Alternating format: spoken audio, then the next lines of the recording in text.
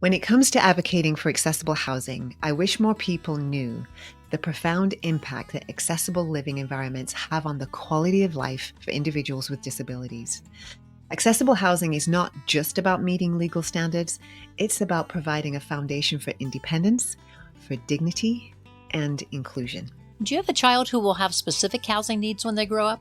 Or maybe you're concerned about finding accessible housing solutions for your child right now. Today I'm joined by Valerie Arbeau, a certified health and life coach, podcast host, speaker, and best-selling author. She's a special needs mom on a mission to empower other parents. In this episode, we'll be exploring how to navigate housing options for children with disabilities. Welcome to the Water Prairie Chronicles, a podcast for special needs parents. I'm your host, Tonya Wallam, and I'm glad you're here. Well, Valerie, welcome to Water Prairie. Thank you. I'm grateful to be here. Thank you for this opportunity. So listeners, we've been chatting a little bit. This is going to be a fun interview for you to listen to. Before we go any deeper, I know that you have a family. I know you have 2 children. Am I correct on this? Yeah. And they have special needs, but I don't know any details. Kind of and introduce us to who you are and who your family is. Okay. So I am a mom to 2 amazing young adults now. I find it hard to believe that I'm actually a mother of 2 adults. This is kind of crazy. So my oldest is 22 and my youngest is 19. Our oldest, we knew had difficulties. We had a prolapse cord when she was born. So she actually was only given a year to live. And we have been blessed that she's here and she's now 22. Every day has been a gift. And during that time of processing, we only have a year, we decided we were going to make it the best year ever. And so we just got really involved. We got early intervention in. We did all the things that we needed to do. We just loved on this child, gave her every exposure we could to what an infant would be doing, and just had fun. And then by the time she approached being a year old, we were like, wow, she's going to be around for a little bit. She just kicked butt, let me tell you. This is a kid that had a lot of respiratory issues. That was one of the things they told us would take her out. But she had a very strong cough and she was on like antibiotics every 6 weeks or so because she was picking up respiratory infections. But she was able to kick it, every single one of them. And so she made that year mark and we're like, yes. So that allowed us to then shift our focus from just surviving that first year and giving her a wonderful experience to, okay, let's challenge her. What can she do? What can we get her to do?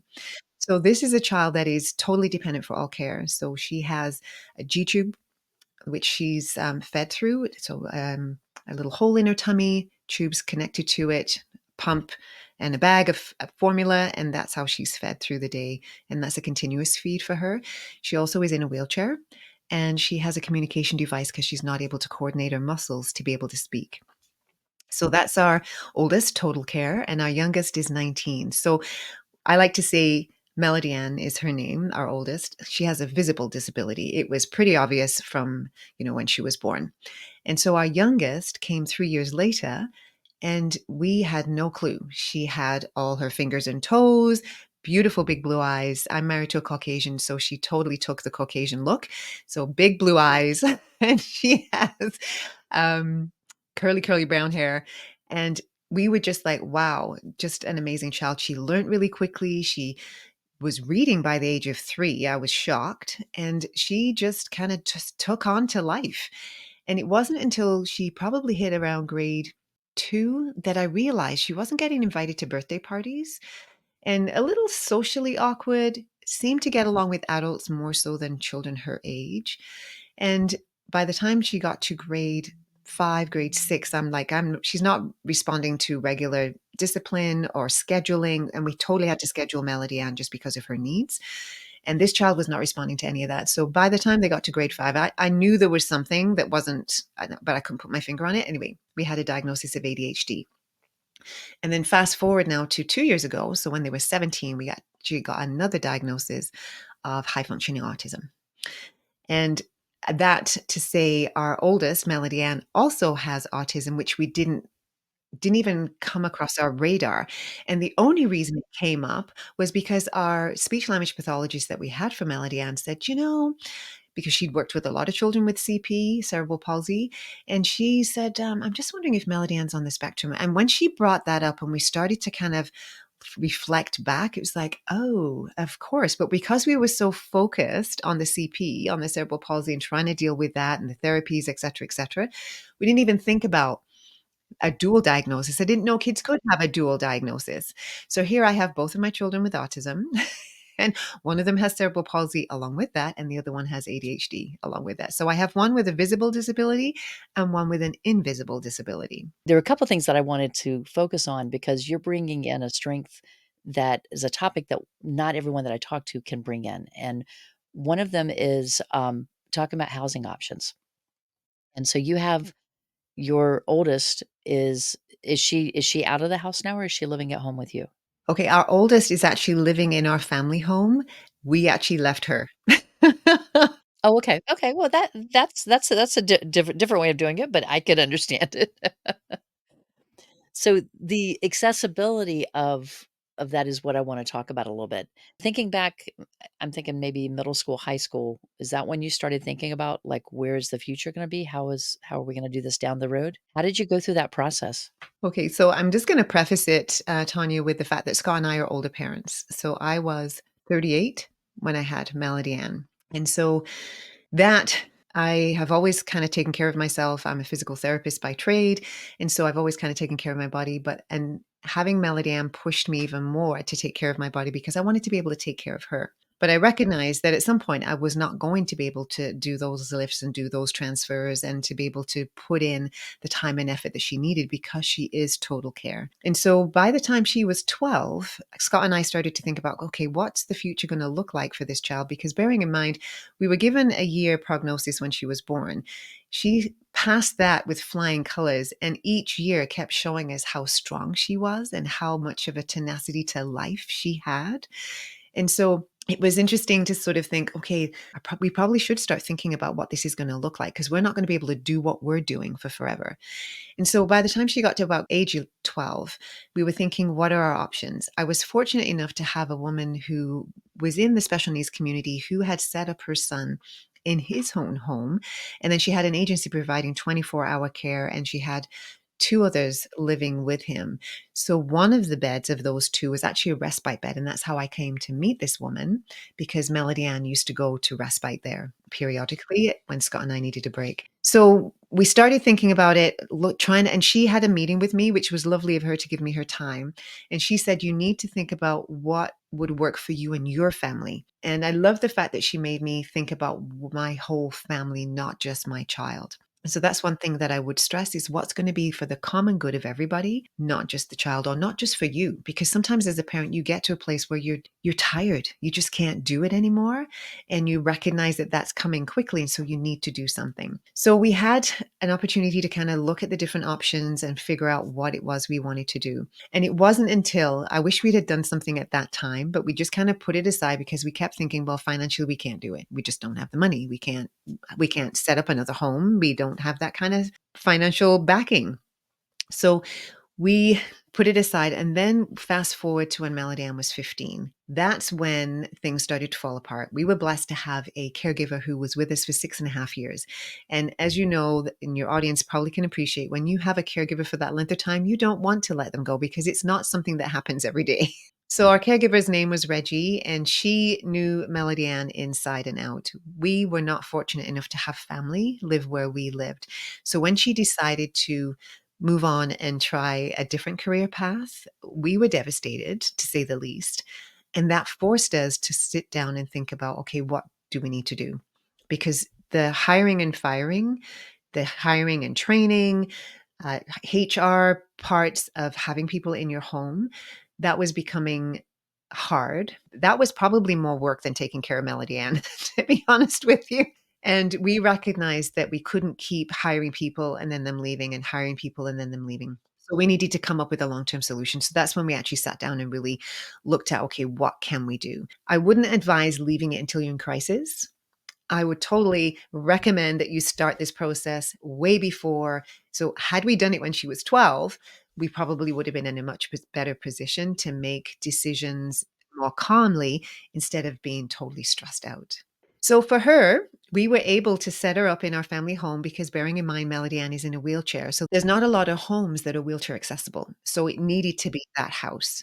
And with that home, we were able to bring in a couple of other young ladies. We wanted to keep it an all girl home. So we were able to bring in a couple of ladies to be roommates for Melody Ann. And so the process was not easy. And it probably took us about 6 to 8 months, maybe a little bit longer, which was actually really fast for us. We were blessed that we had a lady who had been there, done that. So many years before, she had set her son up, who had cerebral palsy, but on milder degree of it. She'd set up him up in a home and had a roommate for him, and she had workers come in.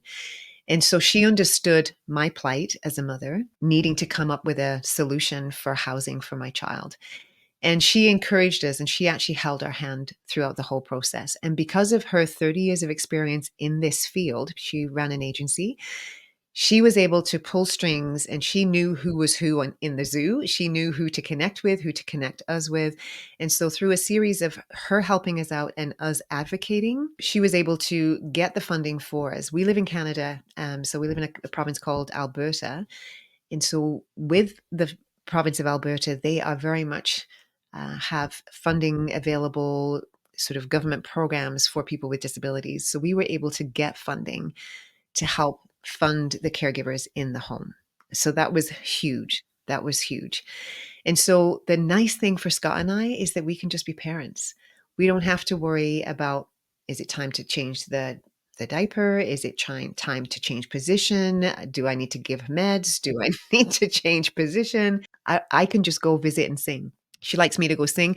Her dad plays instruments, so she loves for him to play the violin or the guitar.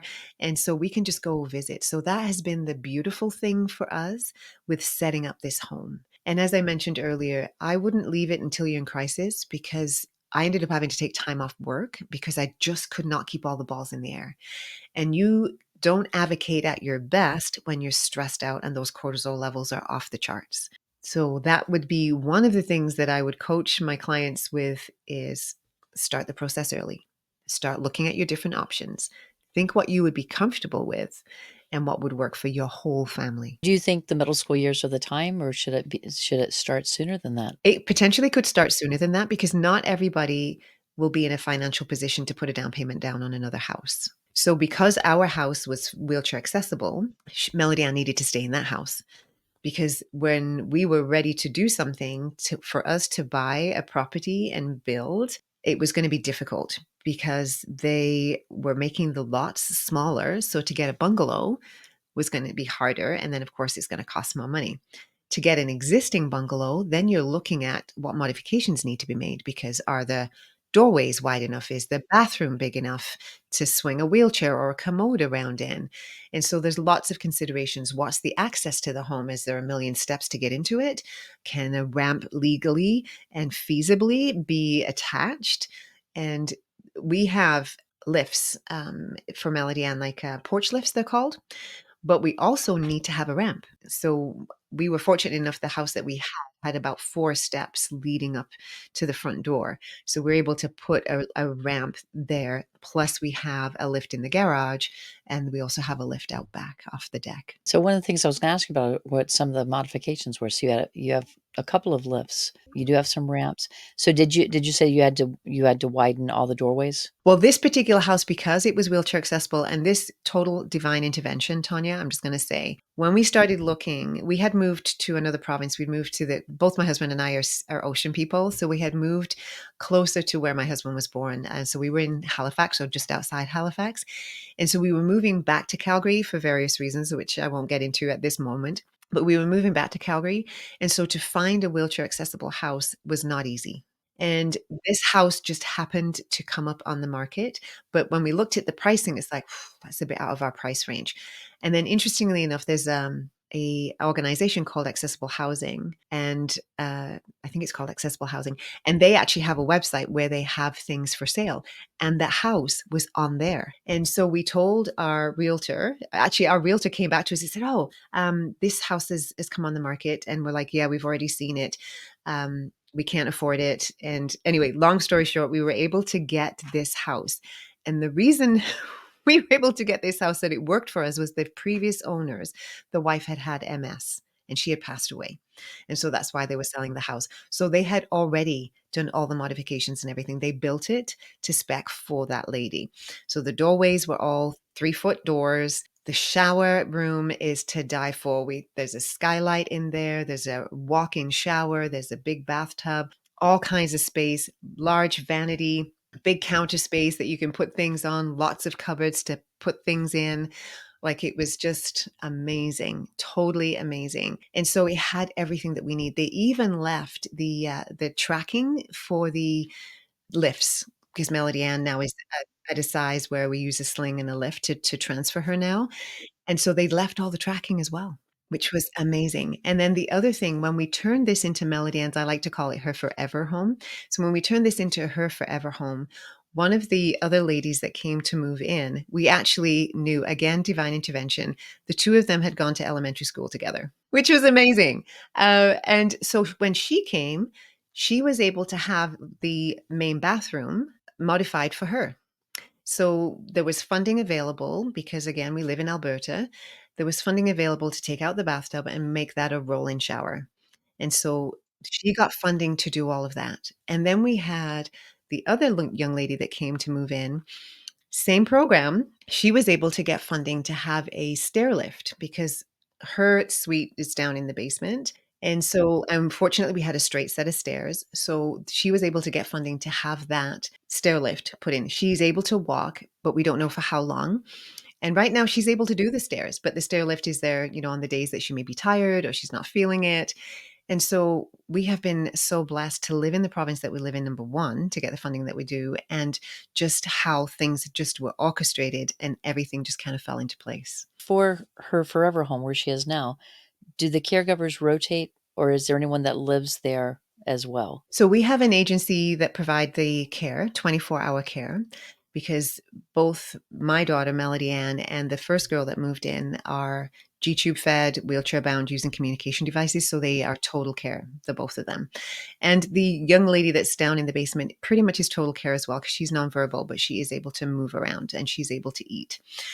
So the agency, they provide 24-hour care. So how they have set it up is they have daytime staff and they have evening staff, night staff. And so they have one staff that's awake all night, and then they have one staff that sleeps for a part of the period of time, but she's there to help with the getting everybody to bed. And then she is there getting up first thing to help get the ladies up in the morning. So there is a room for a staff member. Yes, exactly, down in the basement. So there's nobody actually lives there, but they have sleepover staff. And I insisted, just because my child has no sense of safety, if you left her on a bed that didn't have side rails up, she would just roll off. She wouldn't, it doesn't register for her. So she would be a danger. So I have insisted that there's two caregivers at a time doing her care whenever they're doing the care. So the nice thing is that majority of the time there's three staff there, except for the nighttime. And that's lovely because it gives me peace of mind. It keeps it a home-like feel with just the three girls, because then we would have to go, if we had another one, we'd have to go to group home status. And then you kind of lose that home feel. So we've really appreciated just having the three young ladies and then having the one-to-one, so that if there's an issue, there is one staff to deal with the issue, and then there's a couple of staff if somebody's in the middle of being changed or having a shower or whatever the case may be, that care is not interrupted. And then the girls, are they socially involved with each other? Yes, yes. It's actually interesting. And so it's kind of cute to see how over the years, because this now we're in our 6th year, just sort of interesting to see how they interact with each other. And Melody Ann, true to her autism, will say to the other young lady, "Go to your room."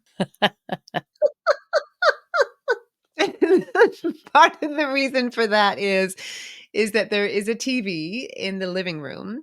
We chose not to put one in Melody Ann's room because Melody Ann would stay in her room if that were the case, and we want her to be out and socialize. But the other young lady does have a TV in her room. So if Melody Ann wants to watch something, then she will tell the other young lady to go to her room. There have been a couple of spats here and there, but they have been, well, Melody Ann is usually the one that needs to do the apologizing, will apologize when it's appropriate. Let's face it, these are young women. So That just comes with the territory. Absolutely. And what has been beautiful, Tanya, is Melody Ann and the other two young ladies, both all of them have the experience of having roommates, which is so very different to living with your parents. And so that's one of the beautiful things that we have seen. And the other major thing is Melody Ann has had to learn to advocate for herself. She has had to learn to not just say one word and somebody's going to guess what she's trying to say. She has to put more words together to create the sentence. And if we're not understanding, or if the staff's not understanding, then they've been instructed to say, you need to give me more words. I'm not getting what you're saying. And so it's just been beautiful to see her be more proficient with her AAC device and having conversations and interacting with her housemates as well. I'm just thinking it's the best situation, it sounds like. I've not heard anyone else doing this. This is great. It's working well for us, and we have been so grateful. And I think for the other families as well, they have really appreciated. One of them had just she was on her second marriage. The mom was on her second marriage, and I think they'd only been married about 2 or so years when their daughter moved into the home. And so it's just been great for them to actually nurture their marriage and nurture their relationship and have the time to do that. The other thing that's been really amazing is that young lady, she's nonverbal and she's able to eat. And I think a lot of the calming down for her was giving her food.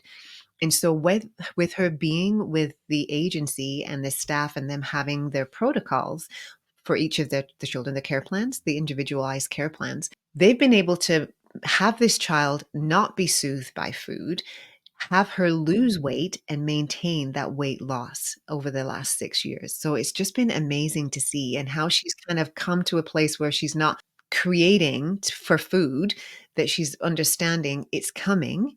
You just have to wait. It's going to be coming in another 30 minutes or it's going to be coming whenever. So she's learned, she's been socialized now to understand that, making a lot of noise and creating is not necessarily going to equate to you getting food.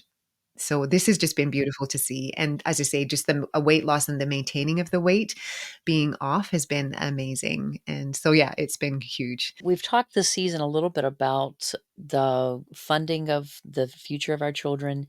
We haven't talked specifically about this being one of those funding issues. And just, in fact, a few weeks back, we had that topic covered. What I'm thinking here is how do you know, like, you know where things are today?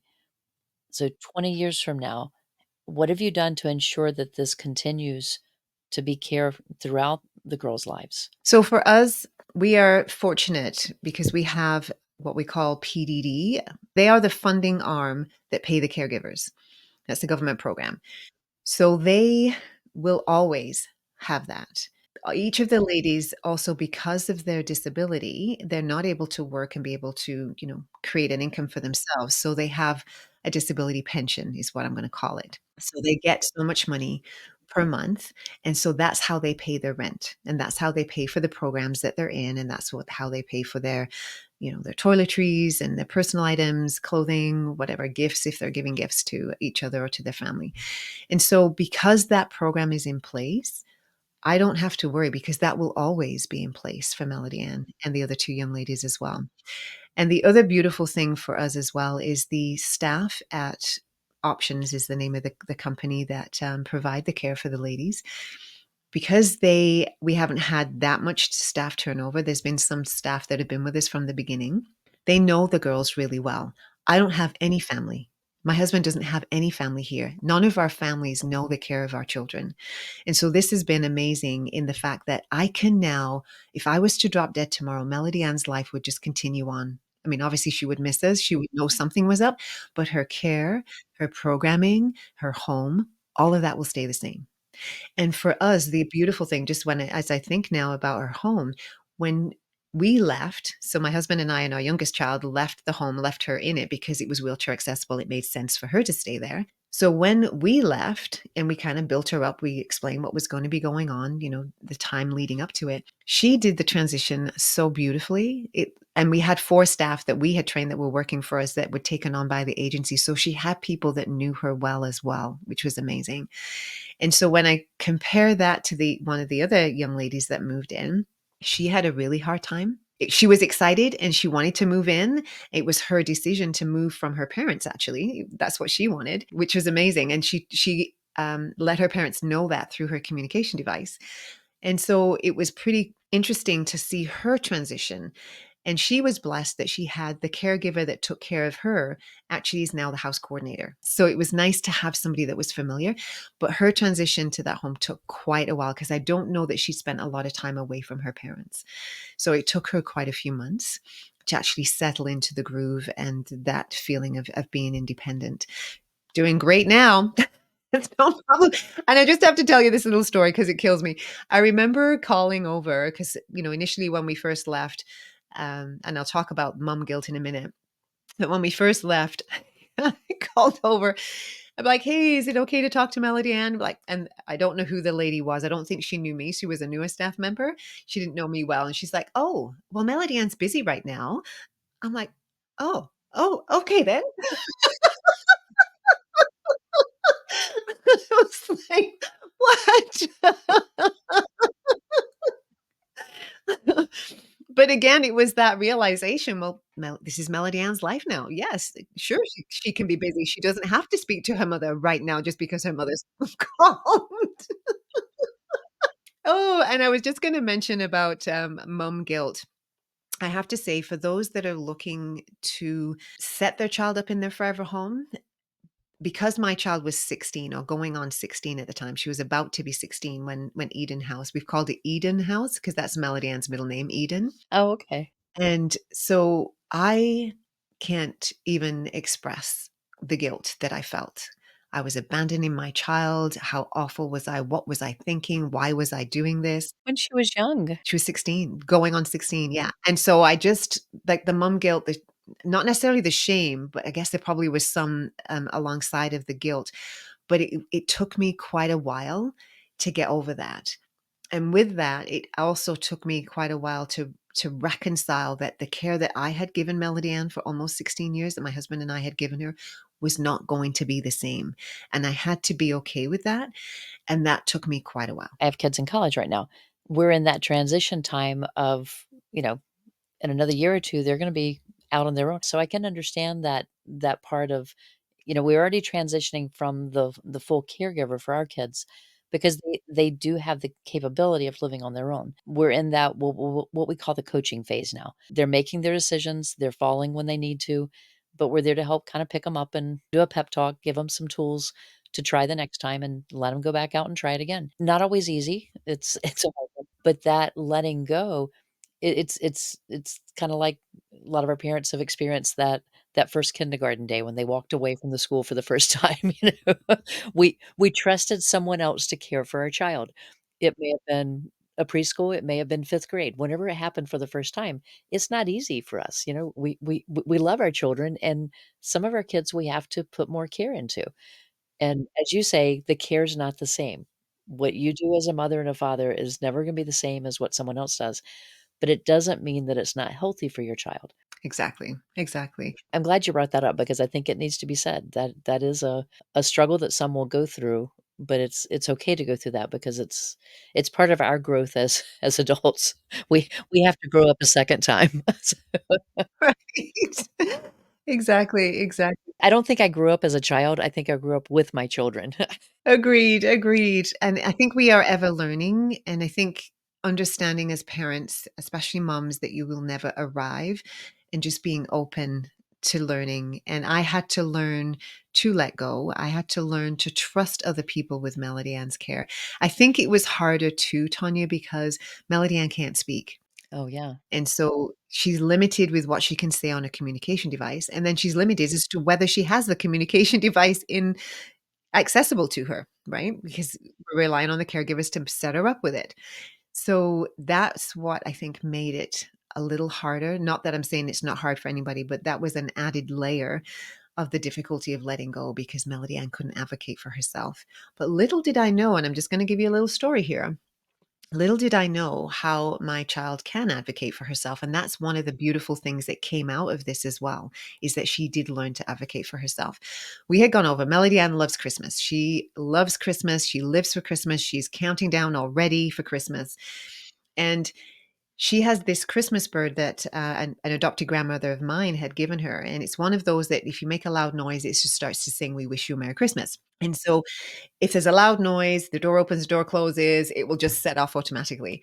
And so one of these particular caregivers, who we later learned has ADHD, obviously this was getting on her nerves. So she had taken this Christmas bird and she put it in the closet, in Melody Ann's closet in Melody Ann's room. And Melody Ann had asked the staff, "Christmas bird closet." That's what she'd put on her device. And they'd gone in and they'd looked, they couldn't see it. And then when Scott and I went to visit, she said the same thing to us. So we got on our hands and knees. We're looking in the closet. We didn't see it. We couldn't find it. We're looking up on the shelf. We're looking on the floor. And we couldn't find this Christmas bird, but she never stopped saying, "Christmas bird closet." Now she's persistent. That's her autism. But she was not mean and nasty with it. She was just very patient and she just kept, every once in a while she would just say it. And so one of the members came in and she just got right down on her hands and knees and she started looking at the back of the closet. So this caregiver had purposely shoved it right out of the way to make it difficult to find. But what I loved about it was Melody Ann didn't stop advocating for herself. She knew she'd seen the caregiver put it in there. She knew that it was in there, and she wasn't gonna stop until somebody found it. Well, and that was important to her. Absolutely. Have they worked that out now? Is the Christmas bird out all the time? It comes out at Christmas time. That caregiver is no longer working there now. Because it does seem like it's bringing up another issue that you need to talk about too. But had she not told you that, you wouldn't know that all that was going on. Exactly. Yeah. Yeah. Good for her for sticking up for herself on that. Absolutely. Yeah. And again, Tonya, she wouldn't probably have had that opportunity if she was not living independent of her parents. You would have known that it was valuable to her. You would have she wouldn't have had a conflict with it. Well, I'm looking at our time. Let's transition to our advice section here. And listeners, if you are new to the podcast this season, I'm having my guest repeat a phrase that I say, and then they're going to give you a little bit of advice based on whatever the phrase is. And Valerie has agreed to play along with me on this one. So I have four for you. Are you up for all four of them? I'm up for all 4. Let's see how far we get. All right. So the first one, the most important thing I've learned about supporting a child with cerebral palsy is. The most important thing I've learned about supporting a child with cerebral palsy is each child with cerebral palsy is unique. They all have different abilities, they all have different needs, so you need to have a personalized approach. All right. So number two, every parent of a special needs child should know that. Every parent of a special needs child should know that they are not alone. There are resources, communities, and strategies available to support them and also to support their child. You're not alone because there are many people going through similar experiences. And as I mentioned, there are numerous groups, communities where you can share, learn, and find comfort. And the cool thing is, you don't have to do it all in person. There's so much available online as well. All right. So number three, when it comes to advocating for accessible housing, I wish more people knew. When it comes to advocating for accessible housing, I wish more people knew the profound impact that accessible living environments have on the quality of life for individuals with disabilities. Accessible housing is not just about meeting legal standards, it's about providing a foundation for independence, for dignity, and inclusion. When you just in what you shared with us too, the growth that your daughter's had from having that, it's not just accessible physically, it's the emotional and the mental part of it too. I thoroughly appreciate you sharing that. All right, so last one that we have. The biggest challenge I faced as a parent of a child with special needs was. The biggest challenge I faced as a parent of a child with special needs was letting go so that they could live their best life. Before we go, tell me what you're doing. Do you have any projects going on? How can our listeners get in touch with you, and if they want to work with you, how just tell us all of it. All right. So I am a health and life coach, and I specialize with moms of children with special needs, basically educating them and helping them recognize that they need to have a timeout. And when I say timeout, I'm talking about time optimization, inner peace, me time, and energy. A lot of us are running 24/7 and we don't often give ourselves a chance to rest. So it's important to keep up our energy, and there's definitely ways to do that. And that's what I love to do, is to help people with that. I'm also a podcaster, Special Needs Moms Circle of Strength. And so I love to showcase special needs moms and their journey and give them an opportunity to have a platform to say how life is for them and to be an inspiration for others along the journey as well.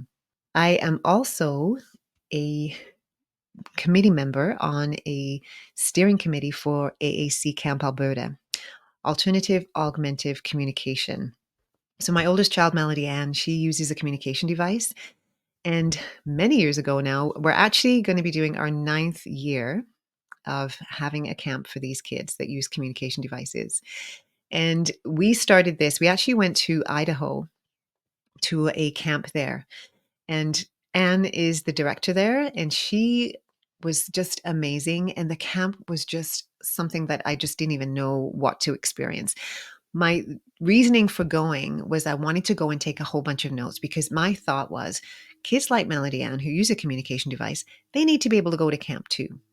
And so I went, took copious notes, came back, and we just said, we need to have a camp in Alberta. And again, just how everything lined up. A person at Camp in Idaho knew somebody at the University of Alberta in Edmonton here, and we were able to connect. And so we started a camp. We had our first inaugural camp in 2016. And as I said, we're going to be doing our 9th one this year. And even through COVID, pivoted. We did online for 2 years, and we're back in person. I think 2 years ago we were back in person. So I'm really excited to be doing that. So that is something else that I am looking to have some donations to. So if somebody would love to donate to that, I would definitely be appreciative of that. Let's include the links for all of these in the show notes. So if you can get those to me, podcast definitely, because if those that are listening on the podcast platforms, it's easy to click another podcast while you're listening. So be sure to go and do that. And if you want to really support her, leave a review for the podcast while you're doing that, so that she can get more people finding it, because it does help to promote it that way. I love the idea of doing the camp, because you're right. I mean, a lot of our kids, they don't have the opportunity to go because the staff isn't trained. They're not able to connect with the kids. This is great. Because I have not lived in a world where I had a child with an AAC device, I've learned so much in the last 2 years about this, and it's a topic that I'm hoping to have on the podcast in the next year as well. So again, see, we've got so many things here. I may have to just bring you back a few times to to just continue picking your brain as we go through here. Anytime, anytime. Well, I appreciate you coming on today. Thank you for spending some time. Like I said, mom to mom, I always love it. You had some great stories with this too, so I know my listeners have enjoyed this too. So thank you for sharing with us today. You're so very welcome, Tanya, and thank you again for the opportunity. I hope Valerie's story of how she and her husband set up Melody Ann's Forever Home has inspired you to think outside the box as you look to your child's future. Be sure to look in the show notes for the links to Valerie's podcast and AAC Camp Alberta. If you found value in this episode, click the subscribe button so you don't miss the next episode, and share this with a friend who might be encouraged by hearing Valerie's story. Thanks for watching, and I'll see you next time.